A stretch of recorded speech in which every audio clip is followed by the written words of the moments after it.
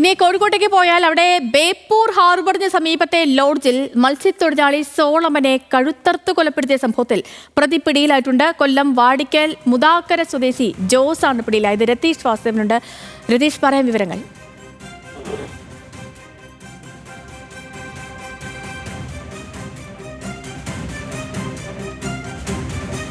കോഴിക്കോട് ബേപ്പൂർ ഹാർബറിന് സമീപത്തെ ലോഡ്ജിലാണ് മത്സ്യത്തൊഴിലാളിയെ കഴുത്തറുത്ത് കൊലപ്പെടുത്തിയ രീതിയിൽ കണ്ടെത്തിയിരുന്നത്.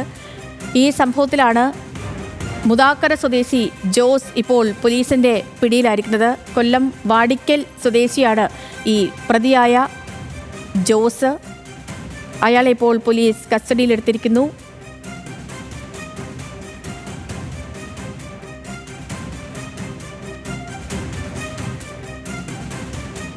കോഴിക്കോട് ബേപ്പൂർ ഹാർബറിന് സമീപത്ത് രതീഷ് വാസുവിനെ കിട്ടുന്ന മുറയ്ക്ക് ഈ വാർത്തയുടെ കൂടുതൽ അപ്ഡേറ്റുകൾ എടുക്കാൻ സാധിക്കും. രതീഷ് ഉണ്ടെന്ന് തോന്നുന്നു. രതീഷ്, കേൾക്കാമോ? കേൾക്കാം. പറഞ്ഞോളൂ രതീഷ്, എവിടെ നിന്നാണ് ഇയാളെ കസ്റ്റഡിയിലെടുത്തത്? എന്താണ് വിവരങ്ങൾ? ശനിയാഴ്ചയായിരുന്നു ബേപ്പൂരിലെ 3 സ്റ്റാർ ലോഡ്ജിൽ ഈ കൊലപാതകം ഉണ്ടായത്. മത്സ്യത്തൊഴിലാളിയായ സോളമനെ കഴുത്തറത്ത നിലയിലാണ് കാണപ്പെട്ടത്. തുടർന്ന് പോലീസ് പ്രത്യേക അന്വേഷണ സംഘമൊക്കെ രൂപീകരിച്ചു. പ്രത്യേകമായ 3 പേരടങ്ങുന്ന 2 അന്വേഷണ സംഘമായിരുന്നു പരിശോധന നടത്തിയിരുന്നത്. അവർ ഇന്ന് ആലപ്പുഴ പുന്നപ്രയിൽ നിന്ന് ഒരു ബന്ധുവീട്ടിൽ, ഈ പിടിയിലായ ജോസിന്റെ ബന്ധുവീട്ടിൽ നിന്നാണ് ഇയാളെ കസ്റ്റഡിയിലെടുത്തത്. ദിവസങ്ങളായി ഇയാൾ മൊബൈൽ സ്വിച്ച് ഓഫ് ചെയ്തുകൊണ്ട് തന്നെ ഈ പ്രതിയെ കണ്ടെത്താനുള്ള ഒരു ബുദ്ധിമുട്ടുണ്ടായിരുന്നു. എന്നാൽ ഇയാൾ ഇടയ്ക്ക് വീട്ടിലേക്ക് മൊബൈലിൽ വിളിച്ചതിനെ തുടർന്നുള്ള തുടർ പരിശോധനയിലാണ് പ്രതിയെ കണ്ടെത്താൻ സാധിച്ചത്. തിരുവനന്തപുരം, കന്യാകുമാരി ഉൾപ്പെടെയുള്ള സ്ഥലങ്ങളിൽ, ആലപ്പുഴ ഉൾപ്പെടെയുള്ള സ്ഥലങ്ങളിൽ പ്രതിയോട് സമാന്തരമായി തന്നെ ഈ അന്വേഷണ സംഘത്തിന് സഞ്ചരിക്കേണ്ടി വന്നു.